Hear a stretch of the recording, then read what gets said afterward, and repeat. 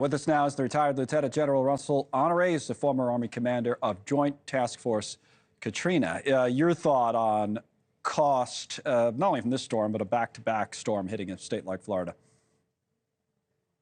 Yeah, this is a significant impact, back-to-back storms, not having recovered from the first one.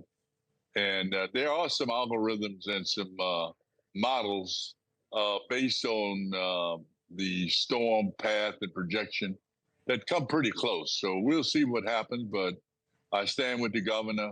It's still too early to make predictions. Yeah.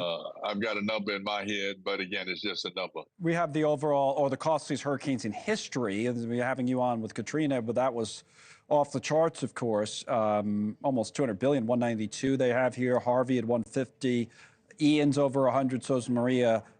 Sandy, which we know about in our area at 85, that did a lot of damage as well. What goes into making a storm like this more or less costly as we rebuild and recover?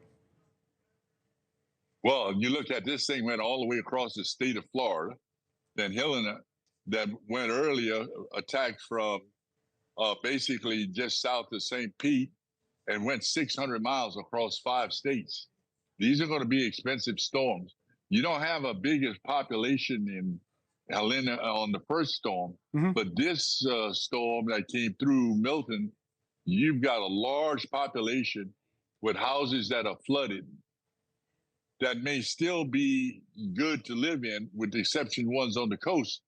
So you've got a large population. You got 4 million homes without electricity because they count the homes.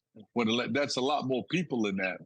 So this is going to be an expensive proposition to do the recovery work, let alone the search and rescue, because all those homes that were evacuated, and they had a good evacuation. The governor and the state of Florida and the mayors did a good job of warning people. And we didn't get the worst case scenario. But all those abandoned homes now that have to be entered twice. The first is you look for people, then you knock on the door, then you've got to go in and see if anybody's in there. That's going to be quite an expensive operation, but it's well worth it. We don't do this on how much it costs. Of course. It's how we save lives, but it's going to be a big deal.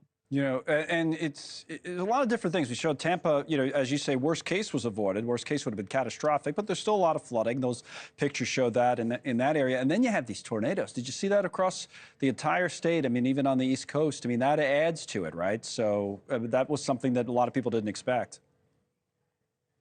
As a historical zone, I think that might be the highest area where we had deaths, unfortunate, was from the tornadoes in there.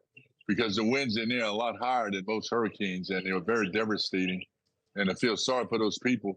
But that's what comes with these big storms, and we had 2 of them back to back. Any final thoughts on FEMA? And they were debating in Washington today whether Congress should come back early, get them funded, because, again, they've been hit with a lot in a short amount of time, spent a lot of their disaster budget in a short amount of time. Absolutely. They're burning through a lot a day. For all those first responders you see that are working overtime, FEMA's going to pay that.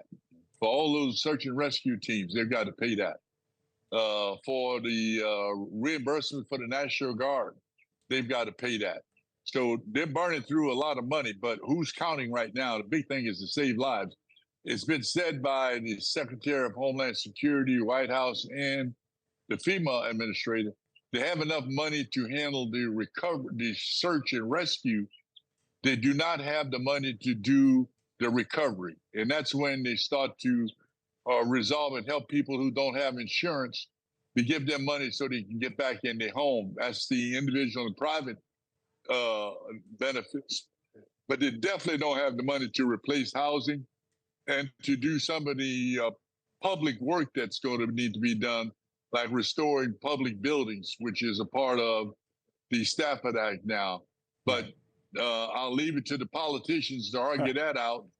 But one thing we don't want, and you need to know, that we're still recovering from storms that happened 5 years ago. People still waiting to get resolved because of budget issues with the Congress. Right, and we move on in the media after a certain amount of time to whatever the next story is. And your point is, and it's a good one, that we should keep an eye on these things as well. Thank you, General. Thank you, sir, for coming on again. And the first responders got my hat off to them today, particularly the volunteers that's helping the uniformed first responders. Yeah, thanks so much for watching. Just go to joinnn.com to find NewsNation on your television provider. And don't forget to click the red subscribe button below to get more of NewsNation's fact-driven, unbiased coverage.